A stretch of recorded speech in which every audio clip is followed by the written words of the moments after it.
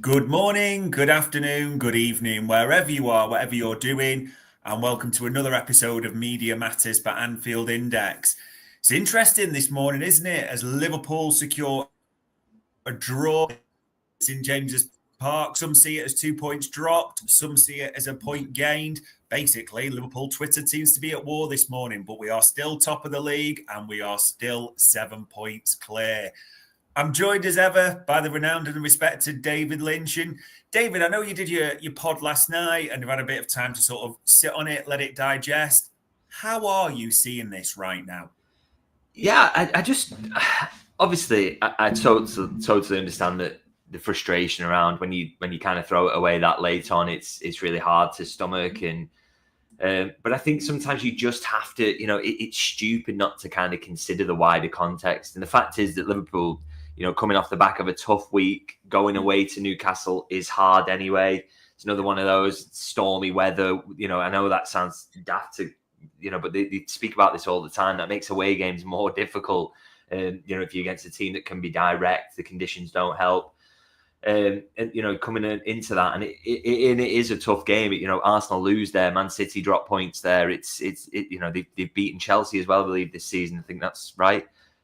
So it's a really, really tough game. And I thought Liverpool, for large stages of it, were kind of outplayed. And so the fact that they took something out of it, I think is kind of worthy of celebration a little bit. And I think, I don't know whether sometimes people thought that you get the gap's 9 points at the top and that it's just going to stay that way until the end of the season. But the reason that you're happy about there being a gap is that it does allow you to drop points here and there. And, you aren't going to win every game between now and the end of the season. So if you have a situation like this where you don't play your best, it's a tough place to go, and you come away with something, that is worthwhile and not the worst thing that can happen in the world. And I did have this down as a game where Liverpool could potentially drop points, and there will be more, by the way, between now and the end of the season. We need to get our heads around that.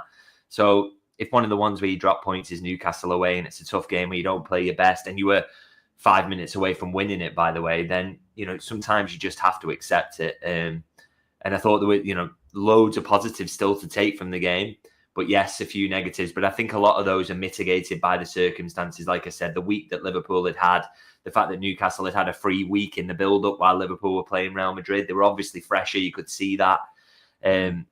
And still Liverpool showed, I thought, at times, great spirit to even get back into it. And they created quite a few chances themselves. And, if they'd got a few more breaks in their favour, they could have quite easily won that game. So it's just one of those for me. And as I said, I think the main takeaway has to be that you have to drop points somewhere. You don't win every game between now and the end of the season. And so if you look at this, it doesn't feel like a big waste to drop points at Newcastle away, particularly as Arsenal, who look like Liverpool's main title rivals, did lose this game. So you've just got to kind of take the positives, I think, and not get overwhelmed by the negative ending to the game, or the fact the performance wasn't perfect, because that is going to happen a few more times across the rest of this season. Yeah, and to be fair, I know people will think about the Kelleher decision, the Shaw goal as a last minute thing, but a point at St James's Park isn't bad. And I did want to ask you about this, because I think a lot of people clock the contrast between the first and the second half really couldn't have been any different for me personally. But maybe, just maybe, Curtis Jones sums it up best. So let's see what he said last night. Move on. I was going to say, given how the first half went and the position you find yourself in, do you leave thinking this might be a decent point, or do you reflect on the fact that you'd wrestled it back, had yourself in front with so little time to go that you should have seen it out? I think a team like us now have played, and the teams that we've beat, I think we have to win these games. Again, it's a hard place to come and play. The a good team, they've got great fans, and it helps them as well. So yeah, again, the first half it was tough. I thought we were terrible, and then we upped it again. In the second half, I scored it, changed the whole of the game, and was back in. So yeah, I'm gutted that we couldn't take all 3 points, but we'll take a point. That's fine. Pretty honest, as you probably expected with Curtis Jones as well. Described the first half as terrible, but obviously talked about the second half and how his goal sort of changed it. Agree with those sentiments completely?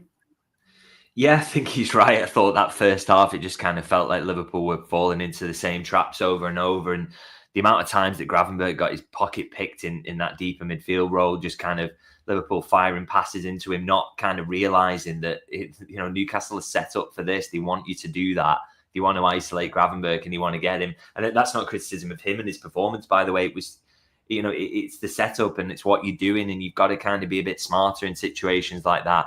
But also, as I say, you've also got to kind of acknowledge that Newcastle probably understandably have more energy in these moments, and Liverpool not quite at the sharpest after what they've had to put in over this period. So, I agree. I thought that the first half performance wasn't very good for various reasons. And, Liverpool kind of coming at half time and thinking it probably could have been worse than it was really, the situation. So, what I think that kind of leads into what was one of the big positives is that the second half was much, much better, wasn't it? I thought, particularly in terms of the threat Liverpool themselves carried, because I think they never really fully got on top of controlling Newcastle and make them being dangerous. And that's, again, sometimes that's going to happen to you in games, but they were actually their football in terms of playing out and being dangerous and created chances was much better in the second half, and kind of a much more even game in that second half, really.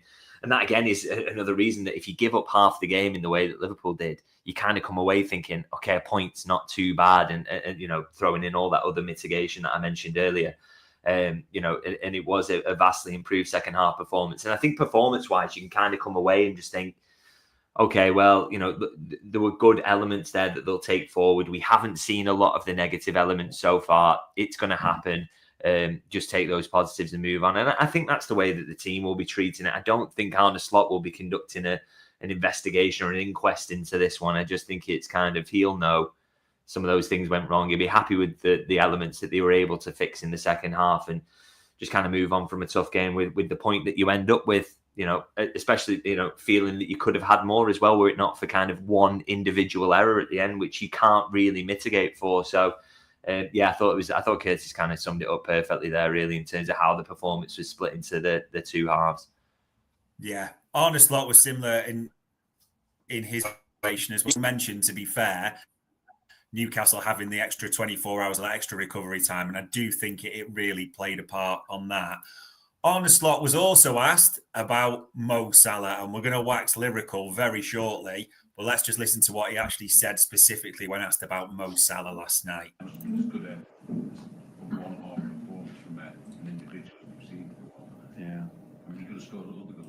Yeah, it's difficult for me to predict the future, but the long-term future, the only thing I can expect or predict is that he's in a very good place at the moment. He plays in a very good team that provides him with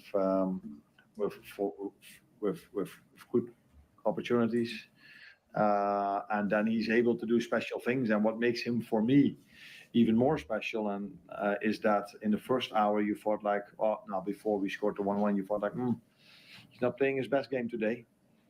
And then come up with a half hour or 35 minutes, I don't know how long it was afterwards, with assists, 2 goals, having a shot on the bar, being a constant threat. That is something not many players can do if they've played the first hour like he did. So that is also what makes him special, apart from, if you just look at the goals, his finish is so clinical. It's, special player, but that's what we all know. A special player, but that's what we all know. And I mean, last night, David, I probably can't even come up with the words, but 2 goals and that assist, he was absolutely brilliant again, wasn't he? Yeah, just unplayable. I mean, he's the one I kind of felt most sorry for at the end. That goal kind of goes in as an equaliser because he had put on a match-winning performance that got undermined by it. So that was such a shame, really, because as Slot said, kind of in that first half, really couldn't really get him into the game, and when he did have it, it wasn't kind of that influential.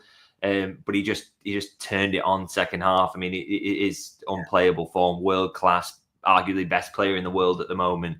And I mean, he's on to 13. Is it 13 goals and 8 assists in the Premier League so far this season? Yeah, just in the league. From 14 games. It's absolutely insane. And I tell you what, there's a lot of good things that Slot has done so far at Liverpool, but he seems to be even getting even more out of Mo Salah, which he didn't really think was possible. So that's unbelievable, really. And yeah, it was just world class second half. He took Newcastle apart basically on his own, didn't he?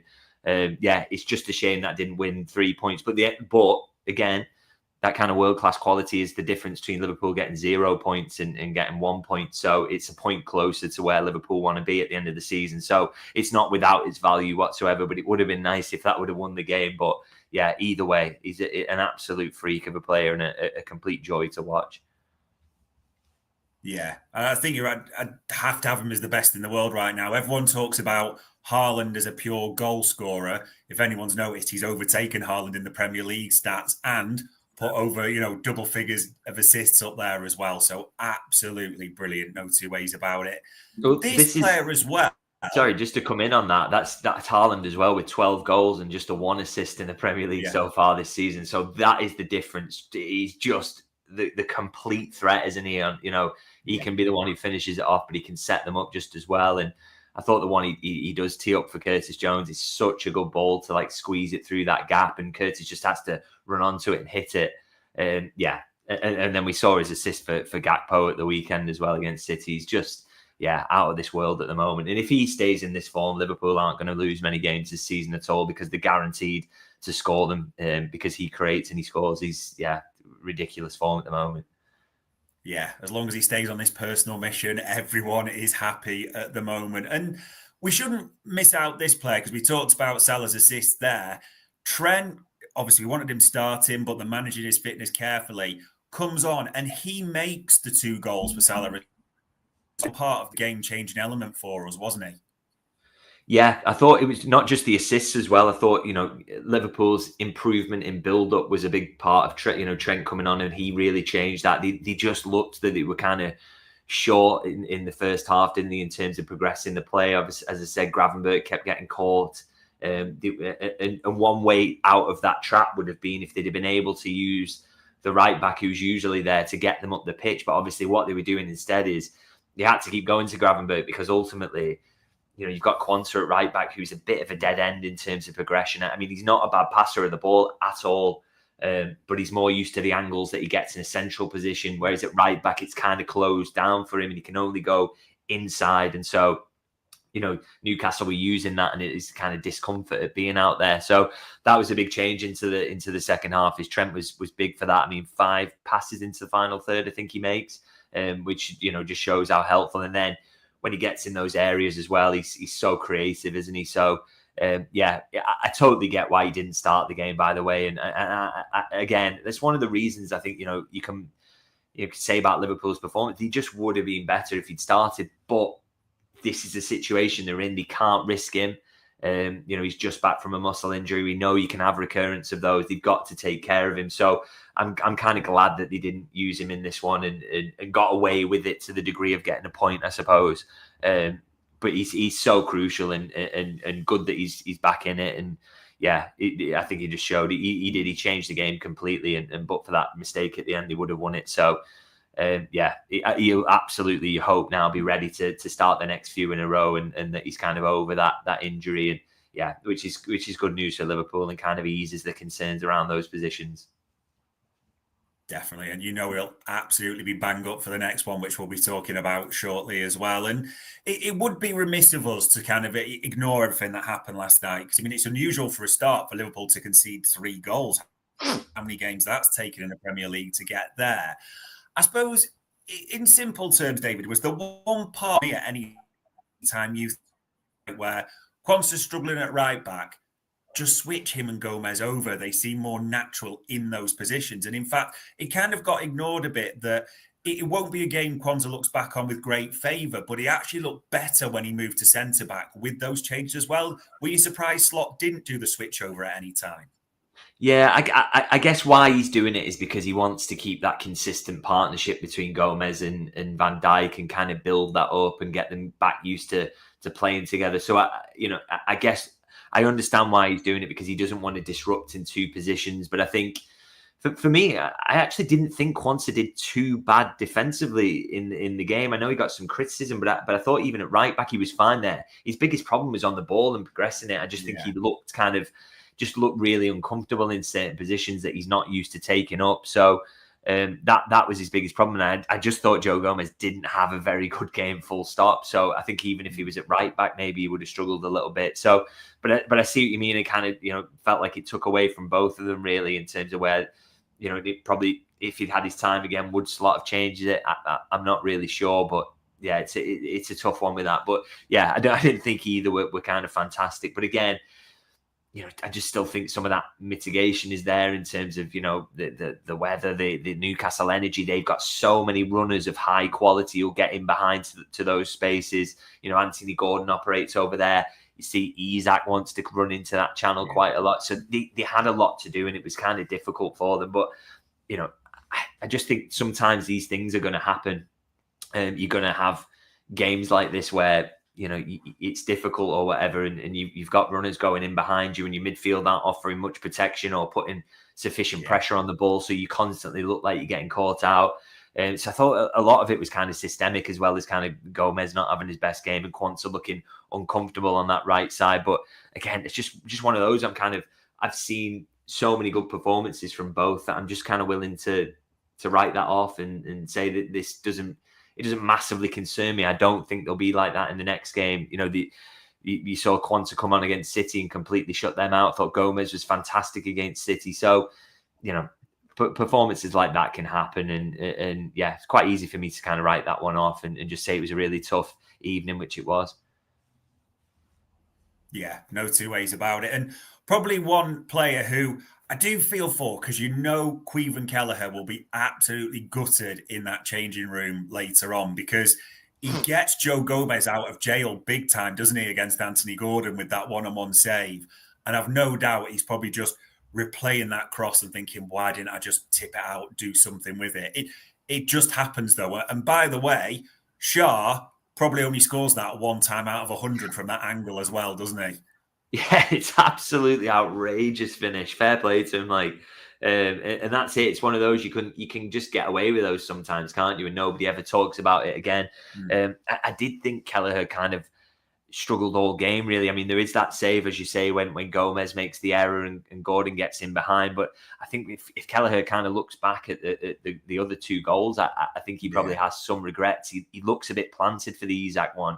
It's a phenomenal strike, don't get me wrong, but when it goes in, you immediately think, would Alisson have saved that? Maybe.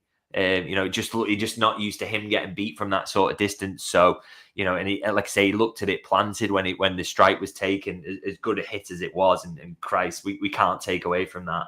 And then the one that Gordon does score, it's not a great shot. It's a weak one. It squeezes past him. I think he'll be a little bit disappointed with that one as well. But again, he's been so good in this run, and sometimes your players aren't going to play at the best. And, Kelleher's probably not going to consistently over a season play at the level of the best goalkeeper in the world, but he's still an unbelievable goalkeeper and one who I think could be playing for a top club, because there's no shame in not being Alisson. He's ridiculous. So, I thought he didn't have a fantastic game, to be honest, even aside from that mistake, which was, as you mentioned, very unfortunate to be punished. But again, it's one of those. And if you kind of, your right back's not playing at his absolute best, your centre half isn't, and your goalkeeper's maybe not digging them out of holes, and kind of what was happening in midfield in front of them wasn't great, you're going to have problems, particularly against a very good team and a good atmosphere in difficult conditions. So that kind of added up to Liverpool not being as solid as they have been. But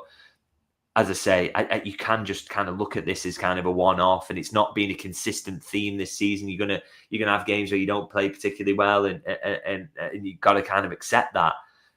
So yeah, I didn't think Caoimhin had his best performance yesterday. I will say that.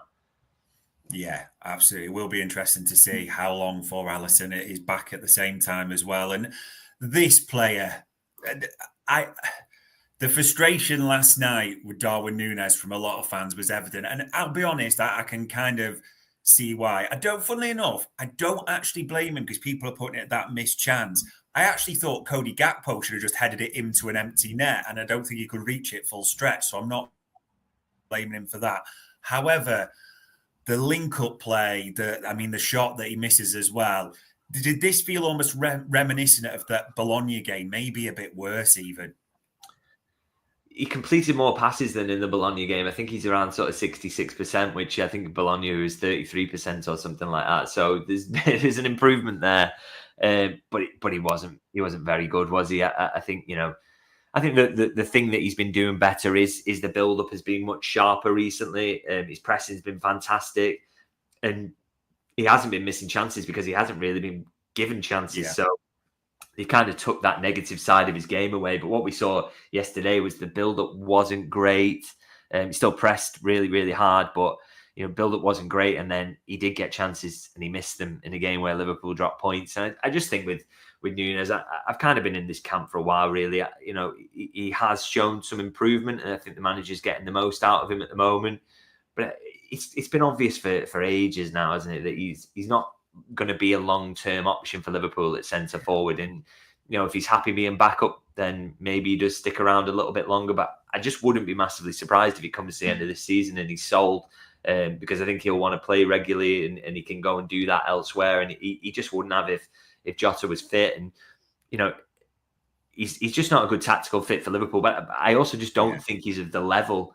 He's just not of the level necessary. This is a club that, recently Firmino is the starting number 9. I think Jota is of the level to play number 9 for this club. I just don't think Darwin Nunez is. But I still think they can get a tune out of him this year and get enough out of him to go and win the league. Absolutely. And he can score goals for them, and he can have some really good performances, which I think he has in this run. But he's not of that level. And I just think it's fine to kind of accept that. We've had loads of time to have a look at him, and we can say that pretty confidently now. But like I say, the job at the moment is to get as much as you can out of him between now and the end of the season, when he probably will be moved on, I would expect. And I think that what you can get out of him is enough to be the backup striker who plays a lot of games and maybe hopefully scores a few goals between now and the end of the season. And that can still be enough to get you to the biggest trophies. So, he's performed that role fine so far, but I think that inconsistency is always going to plague him because that is kind of his level. He is up and down. And I thought yesterday was just one of his more down games. And I did think he played really poorly, but I also don't expect consistent world-class performance from him because we've never seen that. Is it fair to say, because we've talked about this before, about the importance of what slots got out a supporting cast? We can include Darwin Nunez in that supporting cast, can't we? Like a Kelleher, like a Tsimikas. If everyone's fit, Darwin Nunez is most likely not going to be playing. But there has been games when he's come in, he's had a real impact, and no one doubts it. His work, his effort, his application, anything like that. And he runs his heart out for the team. It's just that ultimately he's probably never going to be the starter that we need for various reasons, but he can be a valuable supporting cast member, can't he? That's it. That's all he has to be for this season, really, is that, we kind of have to accept he's not going to be the world-class striker that Liverpool wanted when they signed him. But he can play. He's basically played an awful lot of games in this run that Liverpool have won and won and won. So he's facilitating the team winning and putting the work rate in that's needed. He's been helpful in build-up. He's getting into positions where, it kind of leaves the space for Mo Salah to score the goals, and the other wingers have been scoring as well. So he is doing a job for the team, and that's all you can kind of ask of him at the moment. And I think that is his job between now and the end of the season, really, is to keep doing that as much as possible. But in terms of what his long-term future is at Liverpool, I think we just can clearly see it now. There isn't even a debate about it that he's long-term good enough to be Liverpool's starting centre forward. Anyone who still thinks that, I just think I don't want to be too harsh, but you question the football knowledge there, because it's just blindingly obvious that he isn't of that level that Liverpool need. But he can be really, really useful between now and the end of the season. He can score some goals. He can be a really important backup. And as you say, Slot's done really well at getting a tune out of that supporting cast, and Nunez is one of them. And he's going to be very important between now and the end of the season. And so, it's important he has kind of fewer of those performances like we saw at Newcastle. Yeah, and the sample size, we've got 2.5, nearly 3 seasons, so there's plenty there of evidence. It is what it is a little bit. One person that united the Liverpool fan base was Andy Madley. And I've got to be honest when I ask you about this. I think the only thing he seemed to get right for me, I didn't think that Alexis shot on Dan Burn was a penalty. If it hit the other arm, it would have been, because that's well out the body, I think. But, it's an arm tucked in. I thought he got that right, to be honest. But he seemed yellow card happy. And the other thing I'd put to you is he seemed a bit inconsistent because Joe Linton was walking around smashing people and getting away with it left, right, and centre last night. What did you make of his performance? Yeah, very poor. I just think one of those where they get very easily influenced by the home crowd, really, and you could kind of see that in the yellow cards that were getting dished out. Really, I mean, how many? I think Liverpool end up with 5 or 6 yellow cards. Yeah. And Newcastle get 2, one of which is Nick Pope complaining about the whistle being blown after the full-time whistle. So in play, really, that Newcastle only got kind of 1 yellow card when it was just kind of one of those games where, and Newcastle were the ones being kind of, and not in a bad way, this is not in a bad way, but the side that was being more aggressive, and ratting around to try and win the ball, they would surely be the side who were more likely to pick up the yellow cards, and yet Liverpool got absolutely loads, some of which were fully deserved, by the way. But I thought the McAllister one, so early in the game, is so soft that's just not a yellow. I was amazed when the card came out. That one really surprised me. So yeah, I didn't think he was fantastic. I suppose one thing Liverpool fans might want to be grateful for is the penalty not being given on Isak. I think that could have easily been given, to be honest. So maybe we shouldn't probably complain about the ref too much. But I didn't think he had a great control of the game, to be honest. And, in that atmosphere, he kind of seemed to get swallowed up by it. But apparently Newcastle fans weren't very happy with him either, so maybe we were wrong about it. Maybe he was very good and he was balanced for both sides. Maybe the one thing that sort of brings together both sets of fans, who knows? So, yeah, literally a lot to be positive about, some disappointments, but we move on to the next one and we move on very quickly. And about off stuff, David, I know we're going to do your favourite topic now, but there's no escaping this, is there? Because there's been a couple of big stories galore I want to put to you. So probably the main headline that we can't time Monday's pod right, because whenever we do it, there's always a story that usually breaks either early or late, whenever it is. But pretty much we finish, and then an hour or two later, there's that big story in the Athletic that Salah negotiating, and also the big headline, as you know, he would take a 1-year extension. What did you make of that headline and where it's maybe originated, to sort of the motivation behind that even? Yeah, so I mean, it's quite clearly come from Salah's side of things, hasn't it? That story that would make accept a 1-year deal, and I've seen a lot of responses to that. It's kind of a no-brainer. But what I found interesting, the most interesting line for me was that almost, and I can't remember exactly how it was worded, but it was an intimation that essentially would want a pay bump, which I think would be a bit of a problem for Liverpool, because that then, he's already on, I mean, it's base 350 grand a week, isn't it? But with all bonuses included, he's earning sort of closer to 500 grand a week. So if he wants a pay bump on that, you can understand that's ridiculous money, isn't it? You can understand why Liverpool might be a little bit wary, and particularly if they want a 2-year deal. If it was 2 years on the same terms or whatever, I think that would get done, no problems. But I think if he wants a pay bump, we don't have a good idea of what that would look like, how much it would be. And so any concerns they have over a drop off coming next season or season after that, they're exacerbated then because the pay bump's there. So it's even more money that they'd be paying out. And for a player who, they would argue it's kind of unlikely to produce at the same level for the next 2 seasons solidly. So yeah, I just think it's a tough decision. And I think you've got to always take every kind of story from both sides with a pinch of salt, although Liverpool aren't really stating their case at all at the moment. But you've got to kind of, we don't know every detail, and that Salah willingness to take a 1-year deal, it's kind of on the surface, you'd be like, yeah, well, it's absolutely, you've got to get it done. But if it's for absolutely crazy money that we don't know what those figures are, we've no idea what he's asking for, then, you can understand Liverpool's reticence, but we don't know that detail because it's not useful for Salah for that detail to be out there. So it's, we're kind of operating blind in trying to assess this sort of stuff. But yeah, it was an interesting line, and yeah, again, he's trying everything, isn't he, to get this deal done. So again, that willingness to compromise is there on his side. So we hope that is helpful. Yeah, I mean, we'll never know fully what's going on behind the scenes, the exact figures involved. It's just understandable that Liverpool fans are looking at a player that is responsible for 77% of the goals we've scored that got us top this season. And as we said fairly as well, probably whether on form or you see it as a whole, the best player in the world right now as well. So everyone's just wanting to see that get done as quickly as possible. And the other one, we kind of got a follow-up quite quickly over that. David Ornstein dropped a mid-morning bomb, didn't he? And he kind of covered all three. Now, I think like you mentioned, the devil was in the detail for me on this because he split the players. He said Virgil van Dijk had an offer, obviously below what they expected, still talking. Mo Salah expected to be an offer in the near future.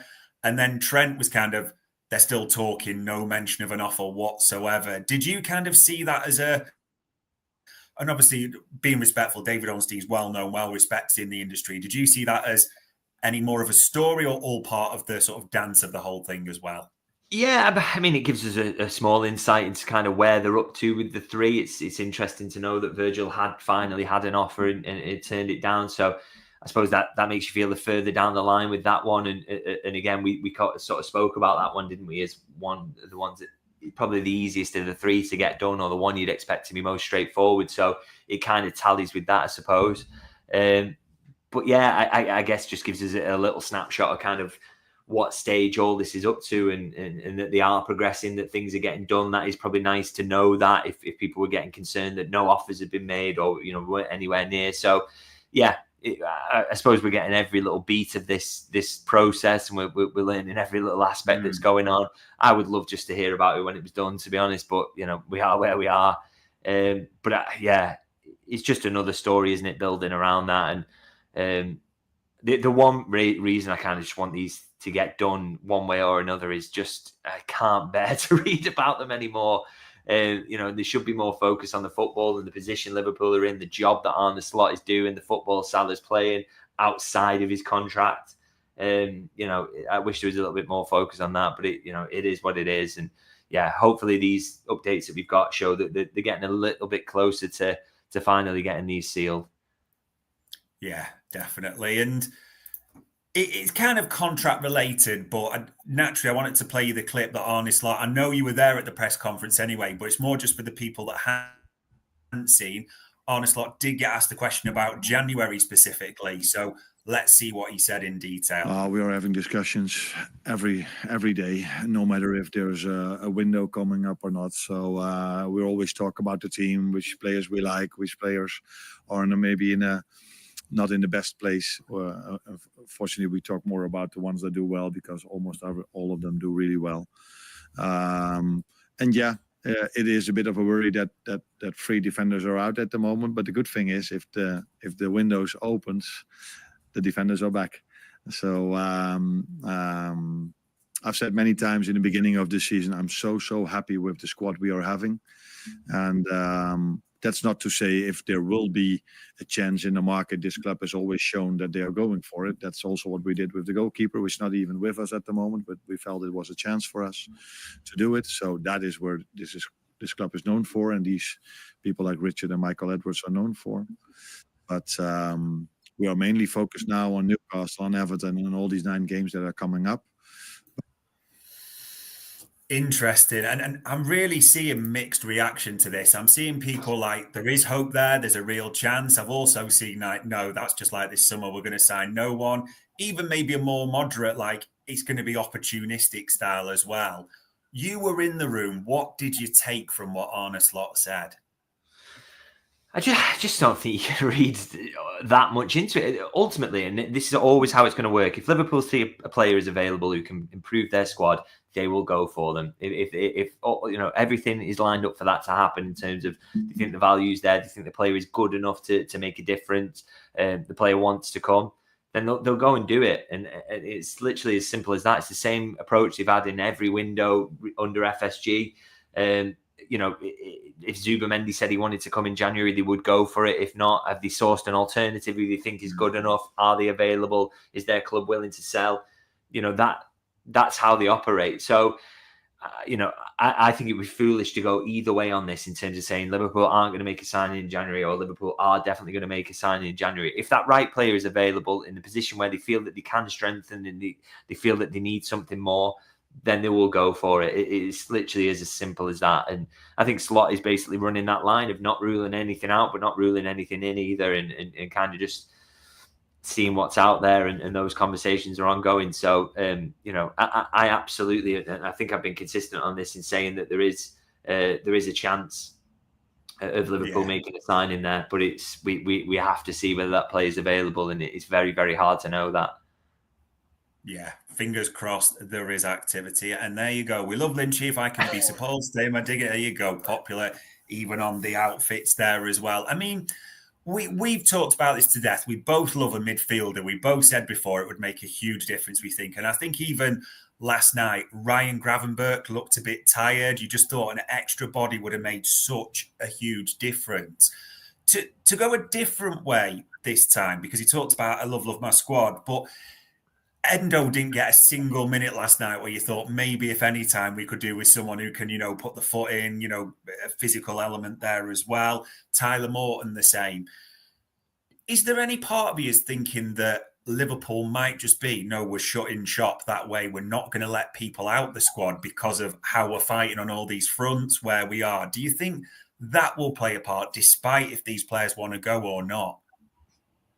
Yeah, I don't expect an Endo sale to be sanctioned unless someone were to come in. Absolutely, because even if the manager doesn't kind of trust him in that sense, and he wasn't bringing him on yesterday, you still need him around for the League Cup games. You can't be a body short there. You can't afford to use one of these central midfielders. But I do think it's so clear that it's an area that Liverpool could strengthen, and they've had time now to kind of identify other players, or it's the key question, isn't it? It's kind of, do you kind of go with what you have between now and the end of the season? And, if Zubimendi tells you he's willing to come in the summer and they think he's perfect, there's nothing they could do that would have been better for the squad than that. Do you just hang on and wait? And take that risk of kind of driving Gravenberch into the ground a little bit, but he's still young. He can get through this season. We've got midfielders who have to play a lot of games. That's just genuinely how it goes. That's the key question there. We don't know what that Zubimendi answer is, if he's even going to be available next summer, whether Liverpool have any guarantees that he will come to them or anything like that. It's a really tough one.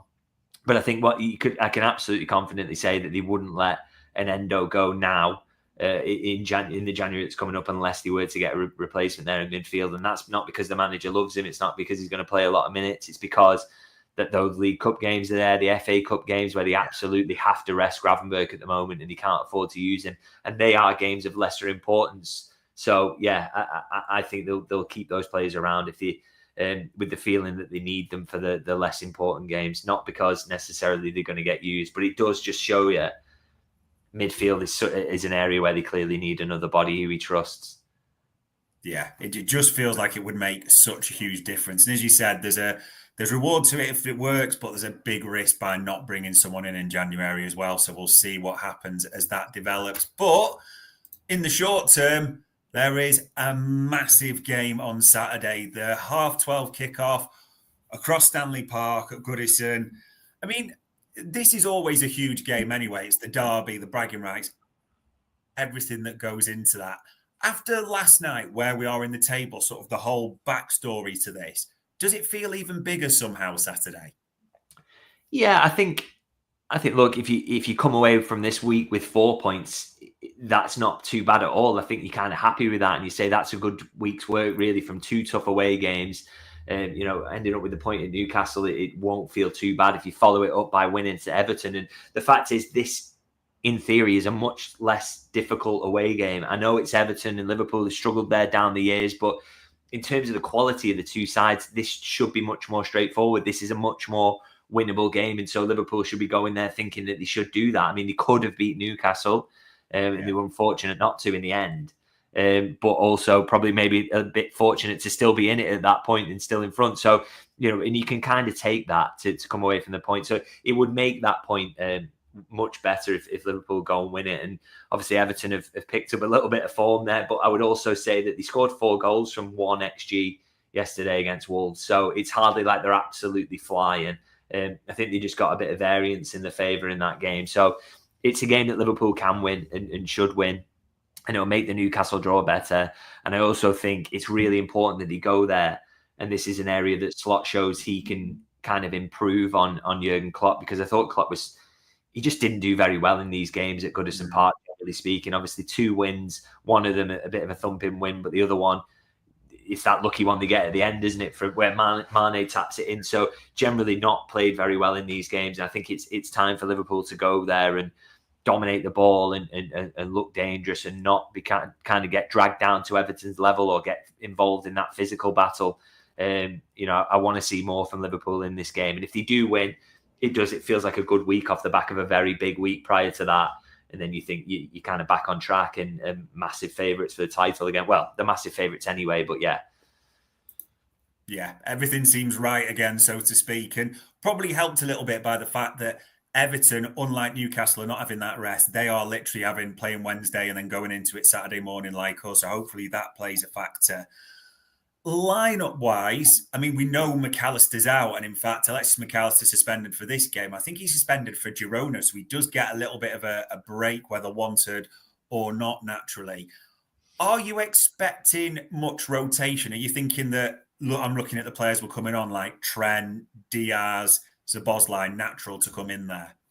Yeah, absolutely. You'll definitely see those 3 start, I would say. I think the big question is kind of alongside who. So in that attack, you know, does he just go with Diaz up front again? You know, I think the manager seems like someone who really likes to kind of pick on form, and I think he will have that Nunez performance in the back of his mind and probably won't go with him again. Whereas I think Jurgen maybe would have to try and get a better performance out of him. So I wouldn't be shocked at all to see that. And obviously, midfield 3 kind of picks itself now because McAllister's suspended. He can keep his feet up for a week, which is nice for him. And you know what?